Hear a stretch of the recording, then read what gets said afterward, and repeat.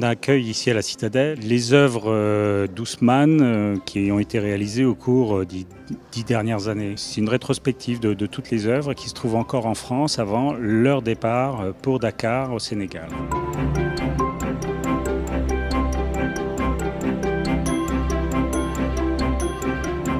Ce sont essentiellement des sculptures représentant différentes ethnies africaines, dont les Zoulous, les Maasai, les Peuls, les Nuba. Et puis quelques pièces beaucoup moins connues puisqu'il est beaucoup moins exposé, qui est une série qu'il appelle Les Grands Hommes. Les Grands Hommes, c'est vraiment pour rendre hommage à des gens que, comment dirais-je, qui m'ont marqué dans la vie.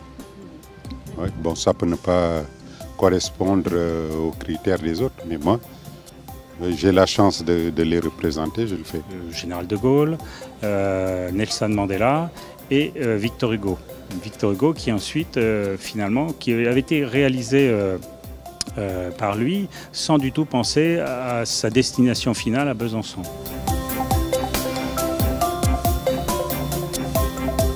À force de dire que j'aime cette ville, elle va finir par me dire qu'elle n'est pas sourde, qu'elle n'a pas besoin qu'on lui dise tout le temps.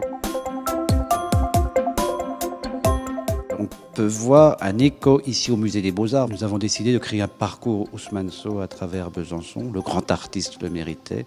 De confronter ces sculptures à quelques-uns de nos chefs-d'œuvre. Vous allez voir ces sculptures face à des Courbet, face à un Claude Monet que nous a prêté le musée d'Orsay, face à des portraits de Géricault.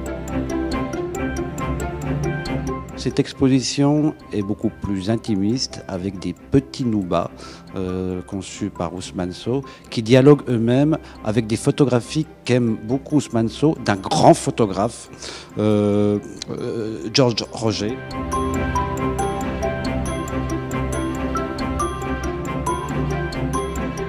Ousmane Sow est bien évidemment un sculpteur du corps, la représentation du corps, de ses tensions, de son pouvoir. Il est dans la tradition des grands sculpteurs du début du XXe siècle.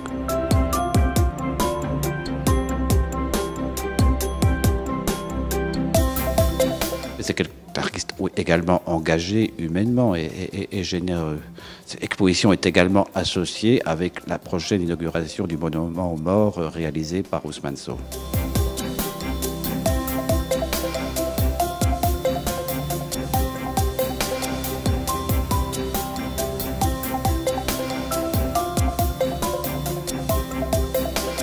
L'essentiel finalement de l'idée, c'est de faire une rétrospective cette année avant que toutes les œuvres repartent au Sénégal. C'est vraiment là une histoire entre deux hommes et finalement un artiste et une ville qu'il connaît bien et qu'il apprécie grandement.